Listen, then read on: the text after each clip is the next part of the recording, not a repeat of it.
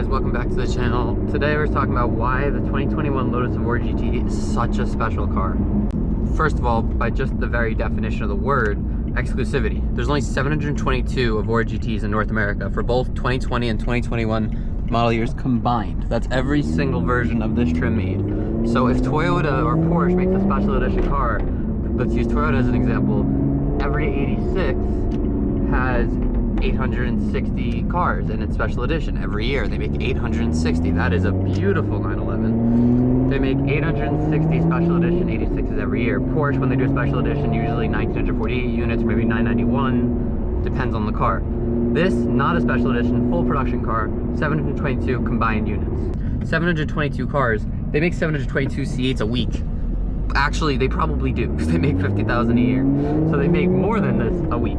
Then there's what makes this special for a modern car. 6-speed manual transmission, and a really good 6-speed manual transmission. Not every transmission is created equal. This is my most engaging transmission I've ever driven.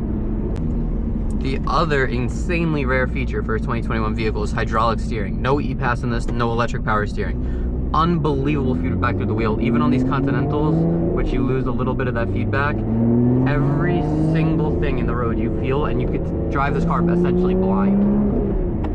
I know exactly what the front end's gonna do. I know exactly what the rear end's gonna do on entry and exit. Any loss of grip, you feel in the wheel.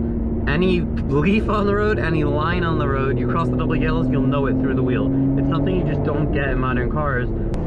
This car is one of the most engaging drives you will ever have, and even in the wet on a road where you're not really wanting to push it, it just makes every drive fun. I daily drive this car, and it makes every single day feel like an experience. And then there's the sound.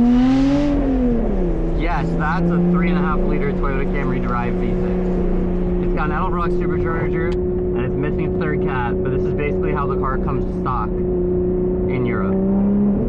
And it sounds so good. That engine also means easy parts, completely easy parts, all off the shelf. You could get the oil filter for this car out of Walmart. It's really just, it's unbelievable that for such a rare, special feeling car, you get an engine that both makes it feel special, but makes it just mundane. You can get parts anywhere, you can work on it yourself, you can do a lot of DIY stuff. As long as you don't blow the clutch, there's really nothing crazy expensive on this, even if you take it to a dealer. Back to that engine.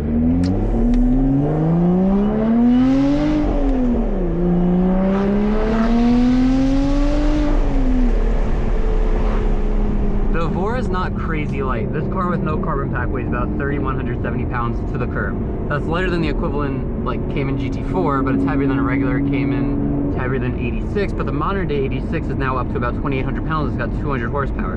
This is the perfect compromise where you still have a very lightweight car that feels lighter than it is. This feels much lighter than the equivalent Boxster, mostly thanks to this hydraulic steering and the faster steering ratio than a Porsche. You get the feel and weight of an old analog sports car, but then you remember this car is a 2021 and it's making 416 horsepower, and it's not slow in the slightest. You don't have to just go lugging around in 86 all day, and you get a lightweight sports car, a relatively modern lightweight sports car. You have Android Auto.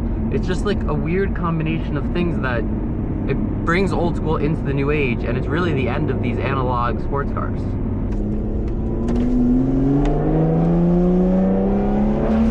Sapphire Blue 997. Anyways, back to it. Oh my god, you can't drive. This chassis and this steering gives you better feedback than any modern car you can drive that isn't a McLaren, which is so much more money. They shouldn't even be talked about in the same conversation. And that's why these cars have started to appreciate back up. Sticker was around 110,000. I bought this for almost 40,000 less than that. And one just sold in Brinkenshire, a non-carbon pack for 94,000. Yeah, it was a desirable color, but 94,000 and low 70s are not the same number.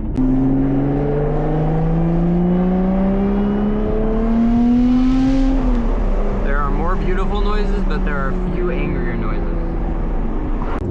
This car, more than any other I've ever owned or driven, makes you want to just go for drives on random days. It's a wet Sunday morning, and I went to go get coffee 40 minutes away instead of 5 minutes away, because this car just loves to be driven. You just want to go through the gears and go through the gears, then throw it into a turn and come out of it and get on the power. It's just the most engaging experience. It's so hard to put into words without having you guys here with me, using the steering, using the shifter.